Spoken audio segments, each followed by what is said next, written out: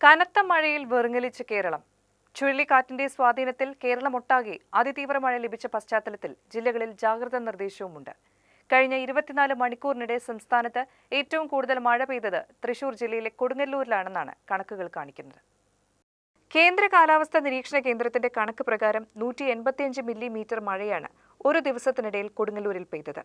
പെരിങ്ങൽകുത്തിൽ 111 millimetre, Enamavu 63, Chalakudy 48, Athirappilly 45.5, Kunnamkulam 33.8, Vadakkanchery 33.8, Vellanikkara 31.1 millimetre മഴയാണ് പെയ്തത്.